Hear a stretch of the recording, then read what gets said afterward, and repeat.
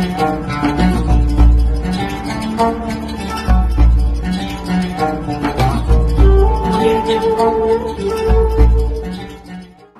মুহাম্মদ সাল্লাল্লাহু আলাইহি সাল্লামের উম্মতকে আল্লাহ সুবহানাহু ওয়া তাআলা হায়াত দিয়েছেন কম, সুযোগ দিয়েছেন ভালো কাজের জন্য কম।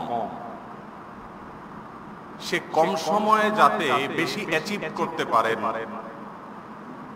তার প্রিয় হাবিবের উম্মতেরা, সেজন্য তিনি অনেকগুলো বিশেষ ইবাদতের মৌসুম দিয়েছেন যেগুলো অন্য জাতিকে দেওয়া হয়নি। যেমন রমাদান মাস, এই মাসটির যে ফজিলত, যে মর্যাদা, ইবাদতের একটা বিশেষ বড় মৌসুম, এই মৌসুমে সারা বছরের ইবাদত এবং আমলের ঘাটতি আমরা পুষিয়ে নিতে পারতেছি। লাইলাতুল কদর, এক রাতের ইবাদত 1000 মাস, যা হিসাব করলে 83 বছর 4 মাস হয়। এই পরিমাণ সময় ইবাদত করার চাইতেও উত্তম সেই সুযোগ আল্লাহ সুবহানাহু ওয়া তাআলা এক রাতে অর্জন করার সুযোগ করে দিয়েছেন। তেমনি ভাবে আরেকটি বড় সুযোগ আমাদের সামনে চলে এসেছে, সেটি হলো জিলহজের প্রথম 10টি দিন।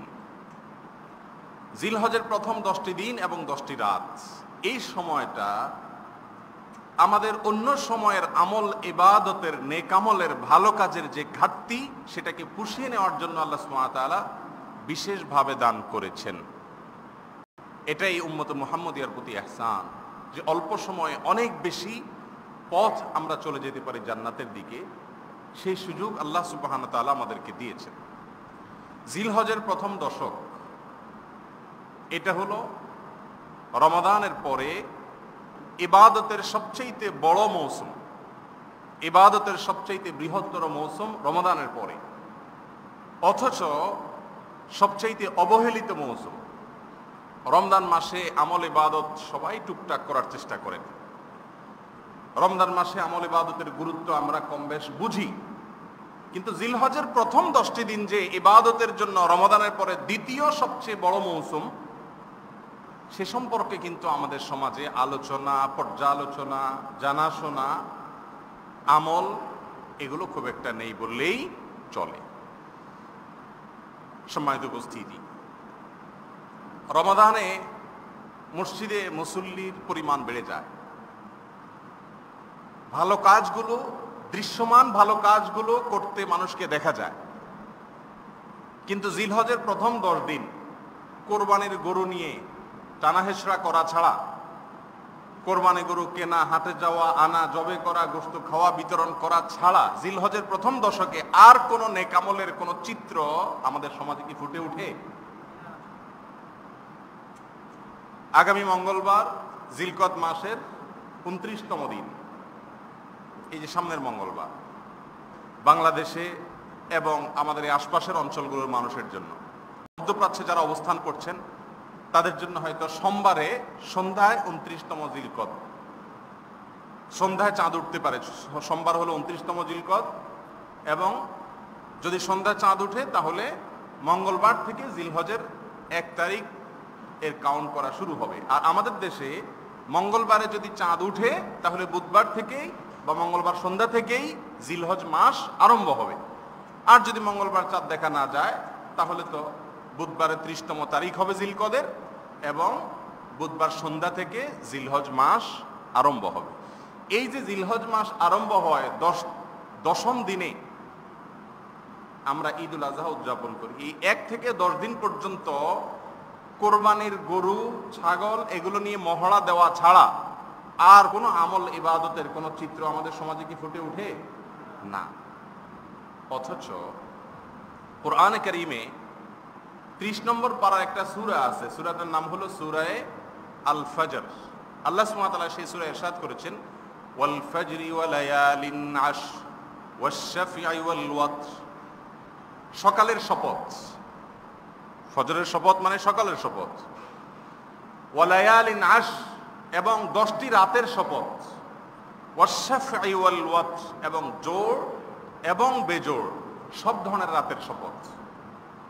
ইমাম ইবনে কাসির রাহিমাহুল্লাহ, জগৎ বিখ্যাত তাফসীর কারক, তাফসীর গ্রন্থের ভিতরে সবচেয়ে বেশি পরিচিত গোটা পৃথিবীতে, যে তাফসির সেটা হলো তাফসির ইবনে কাসির। তাফসির ইবনে কাসিরের মধ্যে এই সূরাতুল ফজরের 2 এবং 3 নম্বর আয়াতের ব্যাখ্যায় লেখা হয়েছে যে এখানে যে 10টি রাতের আল্লাহ শপথ করেছেন এবং তোর মধ্যে থেকে জোর বেজোর সবগুলো রাতের শপথ করেছেন, সেই রাতগুলো হলো জিলহজের প্রথম দশকের রাতগুলো। আর আল্লাহ সুবহানাহু ওয়া তাআলা কোনো কিছুর নামে শপথ করার মানে হলো সে বিষয়টি আল্লাহর কাছে অনেক বড়, সেটার মর্যাদা আল্লাহ সুবহানাহু ওয়া তাআলার কাছে বিশেষ কিছু, যার কারণে আল্লাহ তাআলা সেগুলোর নামে শপথ করেছেন। আমরা যদি সূরা হজে চলে যাই, দেখি সূরা হজের 28 নম্বর আয়াতে আল্লাহ সুবহানাহু ওয়া তাআলা ইরশাদ করেছেন, ওয়ায়াযকুরু ইসমাল্লাহি ফি আইয়ামিন মা'লুমাত। আর হাজী সাহেবরা আল্লাহর ইবাদত বন্দেগী করে যারা আল্লাহর নৈকট্য অর্জন করতে চান, আল্লাহর ঘরের টানে ভালোবাসায় যারা মক্কায় হাজির হন, সেই আল্লাহর বান্দারা তারা মক্কাতে যখন যান, হজের যে মৌসুম আছে সেই মৌসুমে তারা যখন ইবাদত বন্দেগী করেন, তাদের একটি ইবাদতের কথা আল্লাহ সুবহানাহু ওয়া তাআলা এও উল্লেখ করেছেন, ওয়ায়াযকুরু ইসমাল্লাহ ফি আইয়ামিন মা'লুমাত। নির্দিষ্ট কিছু দিনে তারা আল্লাহর বেশি বেশি জিকির করে বা আল্লাহর জিকিরে মশগুল থাকে, মগ্ন থাকে। ইবনে আব্বাস রাদিয়াল্লাহু তাআলা আনহু একজন সাহাবী, যুবক ছিলেন বয়সে, রাসূল করিম সাল্লাল্লাহু আলাইহি সাল্লামের জীবদ্দশায়। তিনি এই আয়াতের ব্যাখ্যায় বলেছেন যে এই আয়াতে যে নির্দিষ্ট কিছু দিনের কথা বলা হয়েছে সেটা বলতে জিলহজের 1 থেকে 10 তারিখ পর্যন্ত এই দিনগুলোকে বোঝানো হয়েছে। তার মানে কোরআনে কারীমের একাধিক সূরায় আল্লাহ সুবহানাহু ওয়া তাআলা জিলহজের এই দশকে বিশেষ কিছু আমল, ইবাদত, ভালো কাজ করার জন্য উৎসাহ দিয়েছেন এবং এই দশকের মর্যাদার কথা বর্ণনা করেছেন। এবার আসুন সহিহ বুখারীতে আমরা দেখি একটি হাদিস রয়েছে, রাসূল করিম সাল্লাল্লাহু আলাইহি সাল্লাম ইরশাদ করেছেন, মা মিন আইয়ামিন আল আমালুস সালিহু ফীহিন্না আহাব ইলাল্লাহ মিন হাযিহিল আইয়াম। জিলহজের প্রথম 10টি দিন আমল ইবাদত করলে সেটা আল্লাহর কাছে যত প্রিয় হয়, আল্লাহর কাছে সেটা যত পছন্দনীয়, অন্য কোন সময়ের আমল ইবাদত আল্লাহর কাছে এত বেশি পছন্দনীয় না। জিজ্ঞাসা করা হলো, ওয়ালাল জিহাদু ফি সাবিলিল্লাহ, হে আল্লাহর রাসূল, অন্য সময় যদি কেউ আল্লাহর রাস্তায় জিহাদ করে তো সেটা তো নিশ্চয়ই এর চাইতে মর্যাদাপূর্ণ। তিনি বলেছেন, না, ওয়ালাল জিহাদু ফি সাবিলিল্লাহ, এমন কি অন্য সময়ে আল্লাহর রাস্তায় জিহাদ করলে যে পরিমাণ আল্লাহর কাছে প্রিয় হওয়া যায়, এই 10 দিনের আমল করলে তার চাইতেও বেশি প্রিয় হওয়া যায়। তবে যে ব্যক্তি জিহাদের ময়দানে নিজের জীবন এবং সম্পদ সবকিছু নিয়ে বের হয়েছেন, সবকিছু আল্লাহর রাস্তায় বিসর্জন করেছেন, কিছুই নিয়ে আসতে পারেন নাই, তার মর্যাদা ভিন্ন, তিনি এক্সেপশনাল, সবকিছুর ঊর্ধ্বে। কিন্তু সাধারণ জিহাদে অংশগ্রহণকারী জীবনবাজ মুজাহিদ, আল্লাহর উদ্দেশ্যে জীবনকে উৎসর্গকারী ব্যক্তির চাইতেও এই দশকে আমল ইবাদতকারীর মর্যাদা আল্লাহর কাছে অনেক প্রিয় এবং পছন্দনীয়। সম্মানিত উপস্থিতি, মুসনাদে বাজ্জারের এক হাদিসে আসছে, আফদালু আইয়ামিদ দুনিয়া, দুনিয়ার সবচেয়ে শ্রেষ্ঠ দিন বলা হয়েছে জিলহজের প্রথম দশক। মাসের মধ্যে শ্রেষ্ঠ হলো রমজান, রমজানের সাথে কোনো তুলনা নাই, ওটা সবচেয়ে ঊর্ধ্বে। কিন্তু রমজানের পরে যত দিন আছে সারা বছরের, এর মধ্যে সবচেয়ে শ্রেষ্ঠতম দিনগুলো হলো জিলহজের 1 থেকে 10 তারিখ পর্যন্ত এই দিনগুলো। আমি আবারও রিপিট করছি শুরুর দিককার কথাকে, এই দশকে আমাদের সমাজে কোনো আমল, ইবাদত, ভালো কাজ, নেক আমল, সওয়াবের কাজ, এগুলার বিশেষ কোনো মহড়া, প্রস্তুতি এগুলো দেখা যায়? মসজিদে মুসল্লির সংখ্যা বাড়ে? কি বলেন, বাড়ে? বাড়ে না। তার মানে এই দশকের ইবাদত সম্পর্কে, এই দশকের মর্যাদা সম্পর্কে আমরা গাফেল। 50, 60, 70 বছর বয়স হয়ে গেছে ইসলামে, আপনি এখনো পর্যন্ত জিলহজের প্রথম দশকের মর্যাদা বা গুরুত্ব অনুধাবন করতে পারেননি। এটা আমাদের জন্য দুঃখের এবং লজ্জার। আমরা আপনাদেরকে এই গুরুত্বপূর্ণ তথ্য দিতে পারিনি, আমরা আপনাদেরকে এর গুরুত্ব বোঝাতে পারিনি। এজন্য সম্মানিত উপস্থিতি, আল্লাহর ওয়াস্তে এই যে জিলহজটা আসছে, আপনার জীবনে অন্তত এই জিলহজ থেকে শুরু হয়ে যাক। রমাদানে আপনি যেরকম আমল ইবাদতের জন্য মরিয়া ছিলেন, আপনি যেরকম ব্যাকুল ছিলেন, আপনি যেরকম সচেষ্ট ছিলেন, এই দশকটাতে ইবাদতের জন্য কোমর বেঁধে নেন। শুধুমাত্র পশু কোরবানি করাই এই দশকের আমল না, এর বাইরে আরো 9টা আমল আছে এই দশকের, যে আমলগুলো সম্পর্কে আলোচনা নাই, পর্যালোচনা নেই, বলা হয় না, শোনা হয় না। যার কারণে আমরা এগুলো থেকে গাফেল। কোরআন এবং হাদিস থেকে, আল্লাহ এবং তার রাসূল সাল্লাল্লাহু আলাইহি সাল্লাম থেকে যে সমস্ত আমলের নির্দেশনা আমাদেরকে দেয়া হয়েছে সেগুলোর আলোচনা পর্যালোচনা সমাজ থেকে হারিয়ে যাচ্ছে। আল্লাহ সুবহানাহু ওয়া তাআলা আমাদের সকলকে এই দশকের ইবাদতের মাহাত্ম্য এবং গুরুত্বকে সম্পূর্ণরূপে অনুধাবন করে, উপলব্ধি করে সেটাকে নিজের জীবনে বাস্তবায়ন করার তৌফিক দান করুন। মুহতারাম হাজিরিন, সম্মানিত উপস্থিতি, এই দশকের মর্যাদা কেন এত বেশি এই সম্পর্কে ইবনে হাজার আল আসকালানী রাহিমাহুল্লাহ নামে একজন হাদিস বেত্তা আছেন, যার নাম হাদিস যারা অধ্যয়ন করেন তাদের কাছে জানা আছে। বুখারী শরীফের সবচেয়ে বড় ব্যাখ্যা গ্রন্থ, সবচেয়ে গ্রহণযোগ্য ব্যাখ্যা গ্রন্থ যিনি লিখেছেন, হাফিজ বলা হয়, হাফিজুল হাদিস ইবনে হাজার আল আসকালানী রাহিমাহুল্লাহ। সারা বিশ্বের এমন কোন আলেম পাওয়া যাবে না একজনও যিনি হাফিজ ইবনে হাজার আসকালানী রাহিমাহুল্লাহর কিতাব পড়া ছাড়া আলেম হয়েছে। তিনি লিখেছেন যে এই দশকের মর্যাদা এত বেশি কেন। আল্লাহ তাআলা এই দশকের নাম ধরে শপথ করতেছেন, সূরা হজে বলতেছেন এই দশকে আল্লাহর প্রিয় বান্দারা আল্লাহকে বেশি বেশি স্মরণ করে। রাসূল আকরাম সাল্লাল্লাহু আলাইহি ওয়াসাল্লাম অন্য সময় জিহাদের চাইতে এই দশকের আমলকে বেশি গুরুত্ব দিচ্ছেন। এত মর্যাদা কেন?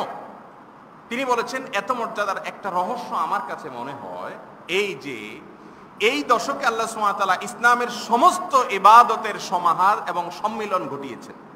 কিভাবে সেটা? ইসলামের 5টা মৌলিক কাজ, রোকন বা খুঁটি কয়টা ইসলামের? 5টা। স্তম্ভ 5টা, মেইন কাজ 5টা, বাকিগুলো সব শাখা। এই 5টা কাজের ভিতরে প্রথমটা হলো ঈমান। ঈমান তো অন্য সময়ও থাকতে হয়, জিলহজের দশকেও থাকতে হয়, বাই ডিফল্ট থাকতে হয় সব সময়ের জন্য।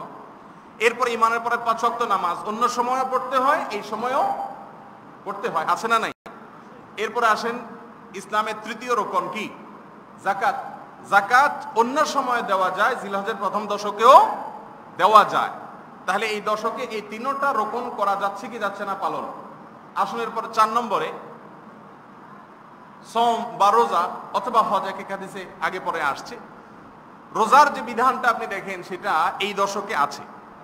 আরাফাত দিনে রোজা রাখার বিধান আছে না? তাহলে ইসলামের আরেকটা রোকনেরও দৃষ্টান্ত এই দশকে আছে। এরপরে আসুন আরেকটা সর্বশেষ রোকন হলো হজ। সে হজ তো হয়ই এই দশকে। এরপরে আসুন কুরবানি, যেটা তো হয়ই এই দশকে, অন্য সময় তো সম্ভবই না। তাহলে জিলহজের প্রথম দশক এমন একটা দশক, এখানে ইসলামের 5টা রোকনের 5টার দৃষ্টান্ত এবং নজির আছে, সমাহার আছে। আল্লাহ সুবহানাহু ওয়া তাআলা এই দশকের ভিতরে সবকিছু ঢুকিয়ে দিয়েছেন। এই জন্য এই দশকের মর্যাদা এবং ফজিলত অনেক বেশি। আল্লাহ রাব্বুল আলামিন আমাদেরকে এই দশকের গুরুত্বকে বোঝার তৌফিক দান করুন। আমি সবসময় এই কথাটি জোরে সোরে বলার চেষ্টা করি যে ইবাদত এবং আমলের সবচেয়ে অবহেলিত মৌসুম হলো এই যেটা আসছে জিলহজের প্রথম দশক। সেটা সব জায়গায় আওয়াজ তোলার চেষ্টা করি। আপনাদের কাছে আমাদের আবেদন থাকবে, আপনারা অনুগ্রহ করে এই কথাকে ছড়িয়ে দিবেন। এটা আমাদের কথা নয়, এটা আল্লাহ এবং তার রাসূল সাল্লাল্লাহু আলাইহি সাল্লামের কথা। বাল্লিগু আন্নি ওয়ালাউ আয়া। সমাজে কোনো আমল যখন বিলুপ্তির পথে চলে যায়, হারিয়ে যায়, মানুষ যখন ভুলতে বসে থাকে, সেটাকে পুনর্জীবন যারা দেয় তাদের দেখা দেখি যত মানুষ সে আমল সমাজে করে সবার সমপরিমাণ সওয়াব আল্লাহ তাআলা তাদেরকে দান করবেন।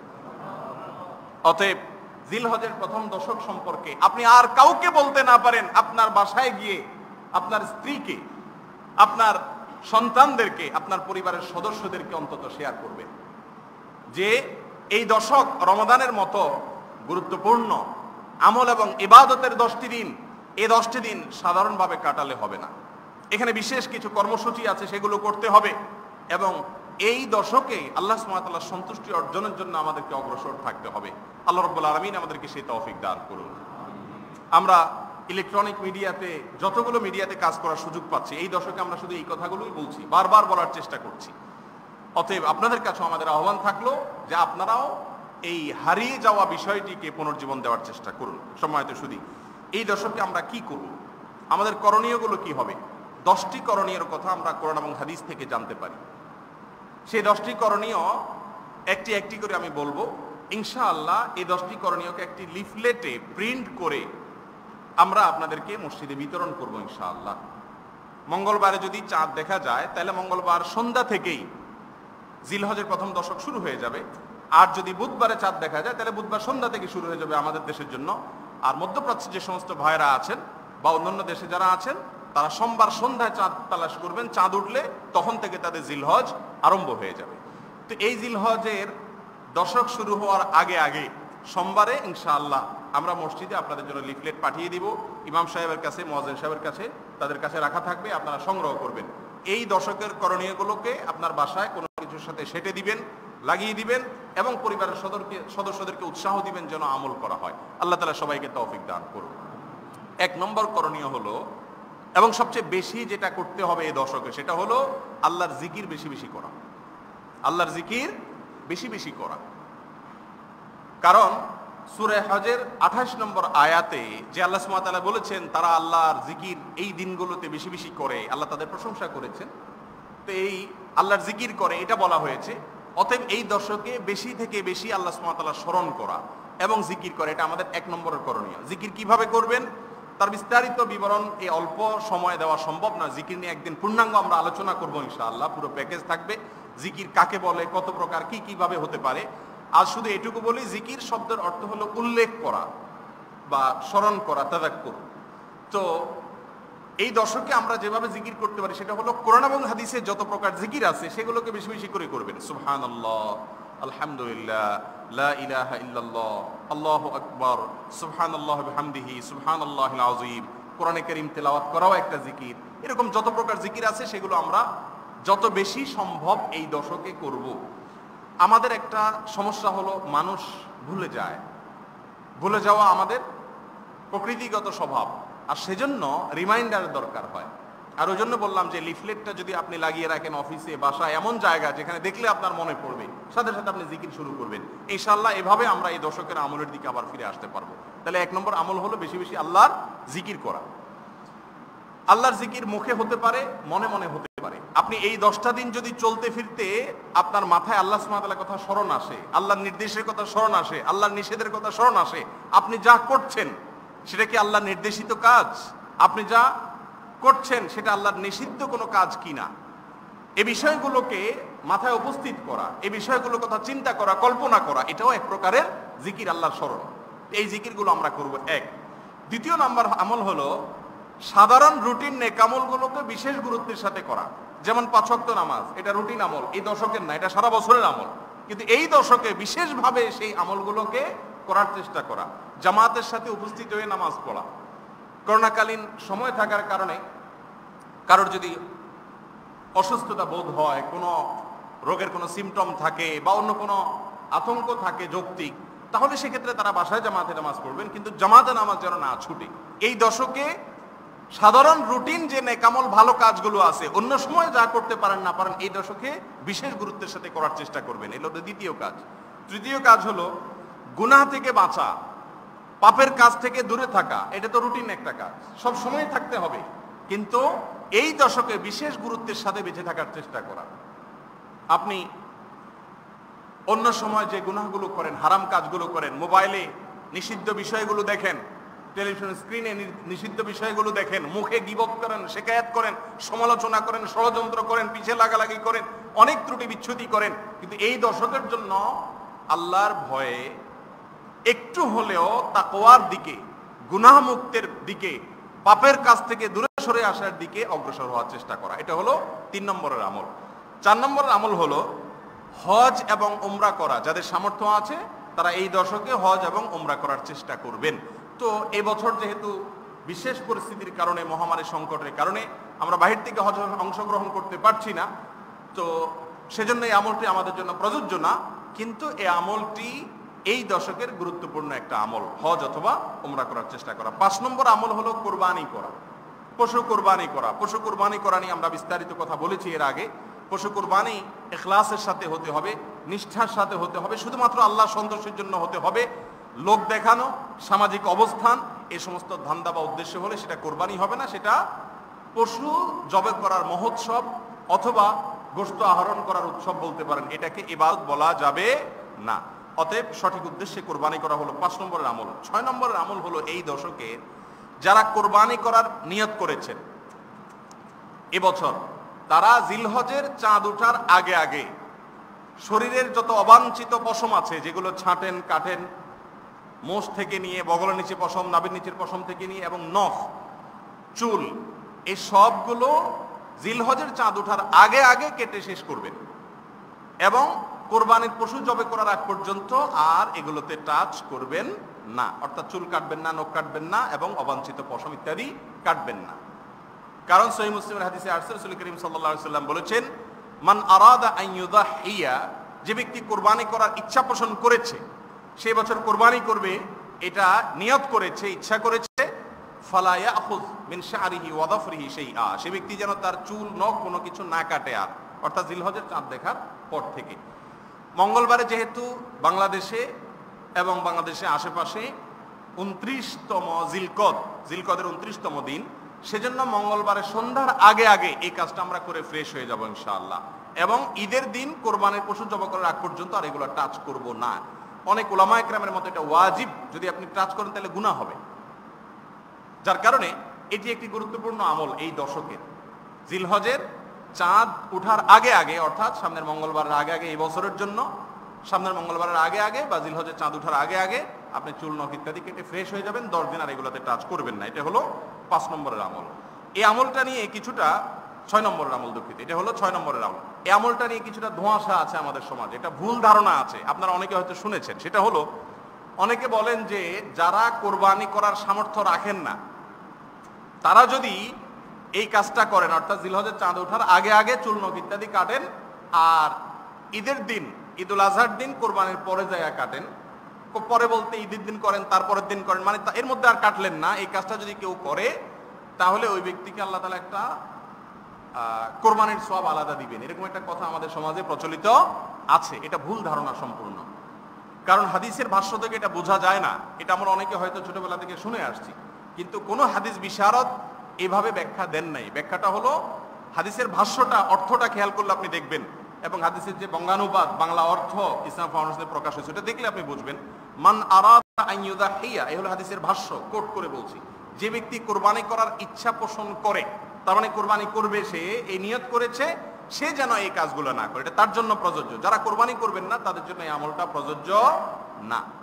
আর হাজী সাহেবদের জন্য এই আমলটা প্রযোজ্য না। হাজী সাহেবরা তো অবশ্যই চুল কাটতে হবে, যেহেতু তারা উমরা করে আবার ইহরাম বাঁধবেন, আবার তারা ইয়ের পরে কোরবানির দিন তারা আবার চুল কাটবেন, অতএব তাদের জন্য এই আমলটা প্রযোজ্য না।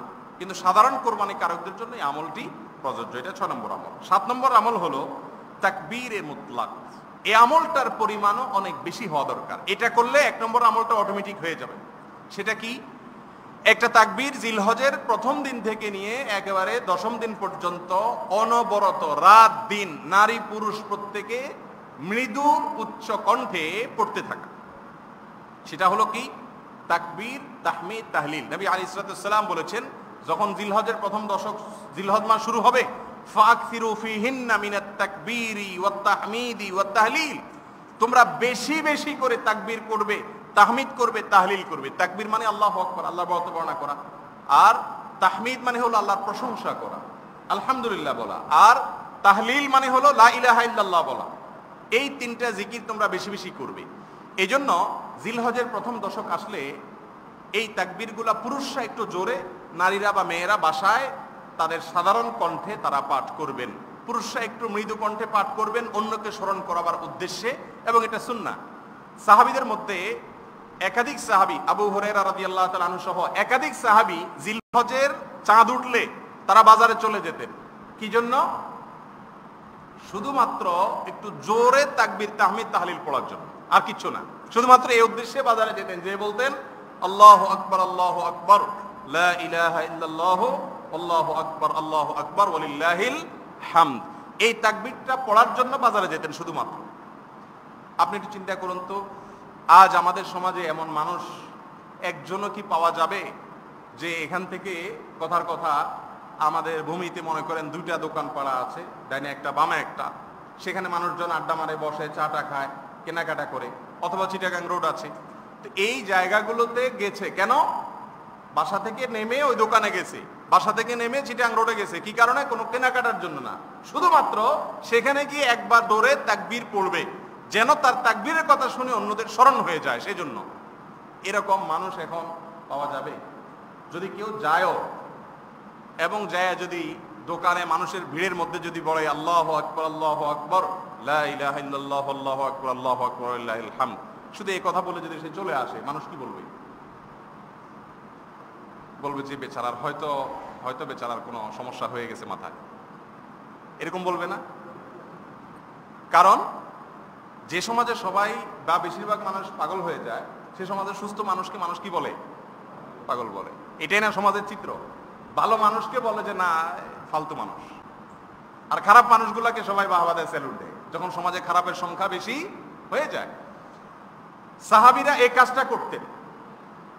আমি প্রায় সময় বলি, আমি চেষ্টা করেছি একাধিকবার এই কাজ করার, আলহামদুলিল্লাহ বহুবার করেছি, আমি প্রতি বছরই চেষ্টা করি। আমি আপনাদেরকে উৎসাহ দিচ্ছি। এটা শুধু দোকান আর বাজার বলে কোনো কথা নয়। কোথাও জটলা চলছে, আপনার অফিসে আদালতে, যেখানে বললে মানুষ ডিস্টার্ব ফিল করবে না, সব জায়গায় আমি আপনাকে বলছি না, সেখানে গিয়ে আপনি একটু উচ্চ কণ্ঠে বলুন আল্লাহু আকবার আল্লাহু আকবার লা ইলাহা ইল্লাল্লাহ আল্লাহু আকবার আল্লাহু আকবার লিল্লাহিল হামদ। পারিবারিক আড্ডা চলতেছে, বাহির থেকে আসছেন আপনি, একটু উচ্চ স্বরে এটা পড়েন। যদি কেউ না জানে জিজ্ঞাসা করবে ব্যাপার কি, তখন আপনি ব্যাখ্যা করবেন যে এই দশকে বেশি বেশি করে এই জিকির করতে বলা হয়েছে, সেজন্য সাহাবীরা এটা করতেন, এজন্য আমি সে আমলটা করলাম। করা যাবে কিনা ইনশাআল্লাহ? আল্লাহ আমাদেরকে তৌফিক দান করুন। এই দশকে তাকবীর তাহমিদ তাহলিল বেশি করে পাঠ করা। একটা দৃশ্য আমি সৌদি আরবের অলিতে গলিতে দোকানে পাটে দেখেছি, এবং সেটা এত সুন্দর এত চমৎকার। যারা মধ্যপ্রাচ্যে ছিলেন, শুধু সৌদি আরবে না, মধ্যপ্রাচ্যের অনেক দেশে আছে এই কালচারটা। সেটা কি? জিলহজের প্রথম দশক যে চলছে, এটা আপনি রাস্তাঘাটে চললে বুঝতে পারবেন। কিভাবে?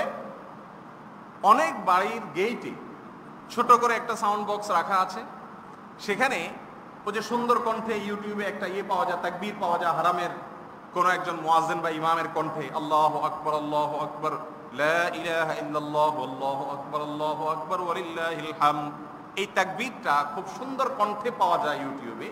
এই তাকবীরটার ভাষ্যে কিন্তু বেশ রকম আছে। কোন কোন হাদিসে প্রথমে 3 বার আল্লাহু আকবার বলা আছে। সৌদি থেকে যেগুলো পাবেন 3 বার পাবেন। এটা নিয়ে বিচলিত হওয়ার কারণে 3 বারেরটাও বিশুদ্ধ, 2 বারেরটাও বিশুদ্ধ, দুইটাই হাদিস দ্বারা প্রমাণিত এবং সাহাবীদের থেকে বর্ণিত হয়েছে। অতএব যে কোনোটা করলেই চলবে। তো যেটা বলছিলাম, যে বাড়ির সামনে গেটের সামনে দেখা যায় ছোট্ট একটা সাউন্ড বক্স রাখা আছে, সেখানে মৃদু কণ্ঠে, খুব বেশি বিরক্তিকর শুনে না যে অন্য সবাই ডিস্টার্ব হয়ে যায়, মৃদু কণ্ঠে হালকা ভলিউমে এই তাকবীর চালানো আছে। আপনি গাড়ি চালিয়ে যাচ্ছেন বা হেঁটে যাচ্ছেন, তার বাড়ির সামনে দিয়ে আপনি তাকবীরের আওয়াজ শুনতে পারবেন। তখন আপনি বুঝতে পারবেন যে জিলহজের প্রথম দশক শুরু হয়ে গেছে। অনেক দোকানে, সুপারমার্কেটে দেখা যায় যে সামনে এরকম লাগানো আছে মৃদু কণ্ঠে, যেটা শুনে অন্যদের স্মরণ হয়ে যায়। গাড়িতে, সব জায়গাতে দেখা যায় এরকম তাকবীরের একটা ধ্বনি সব জায়গায় প্রচলিত হয়েছে। আমরা আমাদের সমাজে এই সুন্দর সংস্কৃতিটাকে, এই ভালো আমলটিকে পুনরায় জীবন দিতে পারি, শুরু করতে পারি এবং চালু করতে পারি। আল্লাহ তাআলা আমাদের সবাইকে তৌফিক দান করুন। আমি গোটা দুনিয়াতে করতে না পারি, আমার বাসায় তো করতে পারি, আমার বাসার সদস্যদেরকে দিয়ে তো শুরু করতে পারি। আল্লাহ রাব্বুল আলামিন এই আমলটি আমাদেরকে করার তৌফিক দান করুন। করা যাবে তো ইনশাআল্লাহ? তাহলে জিলহজের চাঁদ ওঠার সঙ্গে সঙ্গে ঈদের দিন পর্যন্ত এই 10 দিন বেশি বেশি করে তাকবীর তাহমিদ তাহলিল পাঠ করবেন। আল্লাহু আকবার আল্লাহু আকবার লা ইলাহা ইল্লাল্লাহু আল্লাহু আকবার ওয়া লিল্লাহিল হামদ। রাস্তা যখন যাচ্ছেন একটু মৃদু কণ্ঠে পড়েন, বাসে বসে একটু মৃদু কণ্ঠে পড়েন। কেউ দেখে আপনার দিকে আশ্চর্য হয়ে তাকালে সুন্দর করে মুচকি হাসি দিয়ে তাকে বুঝিয়ে দেন যে ভাই এই সময়টাতে এই আমলটা করতে হয়, সেজন্য বলছি। আপনার ভালো লাগলে আপনিও করতে পারেন। আপনি যদি এভাবে সুন্দর করে বুঝাই দেন, তাহলে কেউ এটাকে খারাপভাবে নিবে না, বরং প্রত্যেকটা মানুষ আপনার প্রতি কৃতজ্ঞতা আদায় করবে। এই আমলটাকে আমি বিশেষভাবে অনুরোধ করবো, জিলহজের প্রথম দশক উপলক্ষে এই আমলটাকে বিশেষভাবে আমাদের সমাজে আমরা পুনর্জীবন দান করি, আমাদের পরিবারে, অফিস আদালতে আমরা পুনর্জীবন দান করি। আল্লাহ রাব্বুল আলামিন আমাদের সবাইকে তৌফিক দান করুন। তাহলে 7 নম্বর আমল হলো এই তাকবীরটা 10 দিন বেশি বেশি করে পড়া। 8 নম্বর আমল হলো এই তাকবীরটাই আইয়ামে তাশরিকের দিনগুলোতে প্রত্যেক নামাজের পরে নারী পুরুষ সকলে একবার করে কমপক্ষে পাঠ করা। একবার করে পাঠ করা, কমপক্ষে টমপক্ষে না, একবার করে পাঠ করা নারী পুরুষ সকলে। নারীরা যেখানে নামাজ পড়েন সেখানে সাধারণ কণ্ঠে, উচ্চ স্বরে না, তারা পাঠ করবেন। আর পুরুষরা কিছুটা বলিষ্ঠ কণ্ঠে, কিছুটা উচ্চ কণ্ঠে পাঠ করবেন একবার করে প্রত্যেক নামাজের পরে। আইয়ামে তাশরিক কাকে বলা হয়? আইয়ামে তাশরিক বলতে কি বোঝানো হয়েছে এখানে? আরাফার দিনের ফজরের পর থেকে নিয়ে আইয়ামে তাশরিকের শেষ দিন পর্যন্ত, অর্থাৎ জিলহজের 13 তারিখ আসর পর্যন্ত। আরাফার দিনের অর্থাৎ জিলহজের 9 তারিখের ফজরের নামাজের পর থেকে শুরু হবে। জিলহজের 9 তারিখ ঈদের দিন, ঈদের পরে আরো 2 দিন হয়ে তৃতীয় দিনের আসরের নামাজ পর্যন্ত মোট সম্ভবত 23 ওয়াক্ত নামাজ হয় সম্ভবত। এই প্রত্যেক নামাজের শেষে একবার করে আল্লাহু আকবার আল্লাহু আকবার লা ইলাহা ইল্লাল্লাহু আল্লাহু আকবার আল্লাহু আকবার ওয়ালিল্লাহিল হামদ, এটা পাঠ করা। এটা ইমাম সাহেবের সাথে শুরু শুরু পাঠ করা কোনো জরুরি না, যার যারটা শেষে পাঠ করবেন। এবং 3 বার পাঠ করে, অনেক জায়গায় 3 বার পাঠ করার কথাও হাদিসে পাওয়া যায় না, একবারের কথা পাওয়া যায়। অতএব আমরা এই আমলটা করবো ইনশাআল্লাহ। তাহলে 8 নম্বর আমল হলো তাকবীর, আগের তাকবীরটাই বিশেষ সময়ে বিশেষভাবে পাঠ করা, এটা 8 নম্বর আমল। 9 নম্বর আমল হলো আরাফার দিনে রোজা রাখা। আরাফার দিনে রোজা রাখা, রাসূল করিম সাল্লাল্লাহু আলাইহি ওয়াসাল্লাম বলেছেন সিয়ামু ইয়াউমি আরাফা, আরাফার দিনে রোজা রাখলে লাভ হবে কি? আহতাসিবু আলাল্লাহ, আল্লাহর প্রতি আমার সুধারণা হলো আইয়ুকাফিরাস সানাতাল্লাতী ক্বাবলাহ ওয়াল্লাতী বা'দা। আরাফার দিনে একটা রোজা রাখলে তার ফজিলত হলো 1 বছর পূর্বের আর 1 বছর অগ্রিম পরবর্তী বছরের গুনাহ আল্লাহ তাআলা মাফ করে দিবেন। অর্থাৎ ছোটখাটো গুনাহ, মানুষের হক মারলে, তারপরে যে কারো গীবত শিকায়াত করলে, কারো অধিকার নষ্ট করলে, কারোর বিরুদ্ধে ষড়যন্ত্র করলে, মিথ্যাচার করলে, কারো টাকা পয়সা মেরে খেলে বা কোনো কবিরা গুনাহ করলে, সেই গুনাহ কিন্তু এই সমস্ত বাই ডিফল্ট আমল দ্বারা মাফ হবে না। এটা ছোটখাটো যত ভুল ত্রুটি হয় আমাদের, সেগুলো আল্লাহ তাআলা মাফ করবেন। এখন কথা হলো 1 বছর আগের গুনাহ মাফ করবেন, এটা তো বোঝা গেল, কিন্তু 1 বছর পরের অগ্রিম গুনাহ মাফ করবেন, এটা তো বুঝে আসে না। 1 বছর আমি বাঁচবো তার গ্যারান্টি আছে? 1 বছর পরের গুনাহ কেমনে মাফ হবে? তো এটার উত্তর হলো হয়তোবা 1 বছর যদি বেঁচে থাকেন, সেক্ষেত্রে তার জন্য এটা প্রযোজ্য, আল্লাহর পক্ষ থেকে আগাম ঘোষণা। আর কোন কোন ওলামা একরাম বলেছেন, এটা কোনো নিশ্চিত বিষয় না, ধারণা, কোন কোন ওলামা একরাম বলেছেন কারোর আরাফাত দিনের রোজা রাখার তৌফিক নসিব হওয়ার মানে হলো আগামী 1 বছর হায়াত পাওয়ার একটা ইন্ডিকেট পেয়ে যাওয়া। কারণ 1 বছর না বাঁচলে গুনাহ মাফ হবে কোত্থেকে? তো এই ফজিলতের কথা শুনলে আরাফাতের দিনের রোজা আর কেউ ছাড়ে না সাধারণত। আর করোনা কারণে এই বছরে তো ছাড়ার কোনো প্রশ্নই উঠে না। 1 বছর বাঁচার গ্যারান্টি যদি পাওয়া যায়, তাহলে আরাফাত দিনের রোজা কে ছাড়বে? যাই হোক, আল্লাহ সুবহানাহু ওয়া তাআলা আমাদের সকলকে এই দিন আমলটাও করার তৌফিক দান করুন। তাইলে আরাফার দিনের রোজা, এটা হলো 9 নম্বর আমল। কোন কোন হাদিস দ্বারা জিলহজের 1 তারিখ থেকে 9 তারিখ পর্যন্ত এই সবগুলো দিন রোজা রাখার কথা বলা আছে, কিন্তু সেই হাদিসগুলোর একটাও সনদ এবং সূত্রের দিক থেকে খুব বেশি শক্তিশালী না। তারপরেও অনেক উলামা একরাম বলেছেন যেহেতু আমলের বিষয়, হাদিসে আছে, শক্তিশালী না হলেও কেউ চাইলে করতে পারে, এরকম অনেকে বলেন। কিন্তু বিশুদ্ধ হাদিস দ্বারা শুধুমাত্র একটাই পাওয়া যায়, সেটা হলো আরাফার দিনে রোজা রাখা। 10 নম্বর এবং সর্বশেষ আমল হলো এই দশকের, আপনি এই দশকে শেষের দিনটা অর্থাৎ ঈদের দিনটাতে ঈদের সমস্ত সুন্নাহগুলো পালন করবেন। আজকে বোধহয় না, সামনের শুক্রবারের পরে শুক্রবারে, আজকে সকাল 10:30 একটা প্রোগ্রাম গেছে আমাদের চ্যানেল 24-এ, আমাদের বাদুল কালাম ভারপ্রাপ্ত খতিব সাহেব আর আমি দুজন আলোচনায় ছিলাম। তো উপস্থাপক যখন আমাদেরকে বললেন যে ঈদের সুন্নতগুলো সম্পর্কে একটু বলেন, যেহেতু এটা ঈদের দিন বা তার আগের দিন প্রচারিত হবে টিভিতে চ্যানেল 24-এ, তো বাদুল কালাম খতিব সাহেব একটা মজার কথা বলছেন, আমার খুব ভালো লাগলো। উনি বললেন যে ঈদের দিনের সুন্নতের কথা বলতে যখন আপনারা আমাদেরকে বলেন, আমাদের লজ্জা হয়। কেন লজ্জা হয়? উনি বলেন যে কিসের ঈদের দিনে সুন্নতের কথা বলবো? সুন্নতের কি গুরুত্ব আছে ফরজ বাদ দিয়া? ঈদের দিনে ফজরের সময় মুসল্লি কজন থাকে মসজিদে? যে মুসল্লিরা ফজরের নামাজ পড়তে আসে না, তাদের জন্য কিসের ঈদের সুন্নত? ঈদের সুন্নতের কথা আপনি লুঙ্গি ধুয়া যদি পাগড়ি বাঁধার কথা বলেন, এই বিষয়টা যেরকম হবে ফরজ ধুয়া সুন্নত পালন করলে সেটা একই রকম না? তো আমার কাছে কথাটা ভালো লেগেছে, সেজন্য আপনাদেরকে শেয়ার করলাম। ঈদের দিনের 10 নম্বর আমল হলো জিলহজের ঈদের দিনের সুন্নতগুলো আদায় করা, কিন্তু সুন্নত আদায়ের চাইতে বড় কাজ হলো কি? ঈদের দিনের ফজরের নামাজটা অবশ্যই আদায় করা জামাতের সাথে। আপনি যদি ফজরের নামাজ আদায় না করেন আর ঈদের সব সুন্নত মাশাআল্লাহ জুব্বা আলখেল্লা আতর মাতর সব লাগাইয়া সিমসাম হইয়া ফিটফাট হইয়া আসা, তাকবীর দিতে দিতে মসজিদে আসলেন, টুপি টাপা লাগাই আসলেন, সাজগোজ করে আসলেন, কোরবানিও দিলেন, গরু গোশত দিলেন, সব করলেন, মাগার আপনি ওই দিন ফজর নামাজ পড়েননি, তাহলে আপনার এই কাজগুলা খুব বেশি গুরুত্বপূর্ণ হলো? এর চেয়ে ইম্পর্টেন্ট কাজ বাদ গেল। তো যাই হোক, সেজন্য 10 নম্বর আমল হলো ঈদের দিনের ফরজ আমলগুলো করার পাশাপাশি সুন্নত আমলগুলো করা। ঈদের দিনের একটা সুন্নত আমল আপনারা হয়তো অনেকে জানেন, সেটা হলো মুস্তাহাব আমল বলা যেতে পারে, সুন্নত বলা কঠিন হয়তো বা, যাই হোক সুন্নত বলেন বা মুস্তাহাব বলেন, সেটা হলো ঈদের দিন ঈদগাহে আসার আগে কোনো কিছু না খাওয়া। ঘুম থেকে ওঠার পর আর কিছু খাবেন না, কোরবানির পশুর গোশত দিয়ে প্রথম খাবার গ্রহণ করা। কারণ কোরবানির পশুর গোশত এটা কিন্তু এক্সেপশন একটা বিষয়। কিভাবে এক্সেপশন? আপনি যত দান করেন, দান করা মানে তো দেওয়া, দান বাংলা শব্দ, এর অর্থ কি? দিয়ে দেওয়া। দান করেন কাকে? আল্লাহকে। আল্লাহর জন্য না দান করি আমরা? টাকা দেন, পয়সা দেন, যাই দেন, এটা কার জন্য দেন? আল্লাহর জন্য দেন। তো আল্লাহর তো জিনিসের দরকার হয় না, তখন আল্লাহ বলেন ঠিক আছে আমি পেয়ে গেছি, আমার অ্যাকাউন্টে জমা করে দাও। আমার অ্যাকাউন্ট হলো কোথায়? ওই যে গরিব দুঃখীদেরকে, অ্যাকাউন্ট বলতে আমার পক্ষ থেকে গরিব দুঃখীদেরকে দিয়ে দাও। তখন সমস্ত দানের টাকা আমরা কোথায় দেই?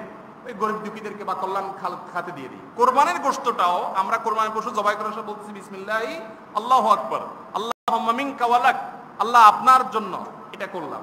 তো আপনার জন্য করে আবার আমরা খাইতেছি, কেমনে কি হলো? আল্লাহর জন্য করলে তো গরিবকে দিয়ে দেওয়ার কথা, কিন্তু আমরা খাইতেছি কেন? কারণ এটা এক্সেপশন, এটা ভিন্ন, এটা ব্যতিক্রম। অন্য সমস্ত দান আপনি গরিব দুঃখীকে মসজিদে মাদ্রাসায় দিয়ে দিতে হবে, দান করলে আর আপনি নিতে পারবেন না। দান করা মানে আল্লাহর পক্ষ থেকে দিয়ে দিতে হবে।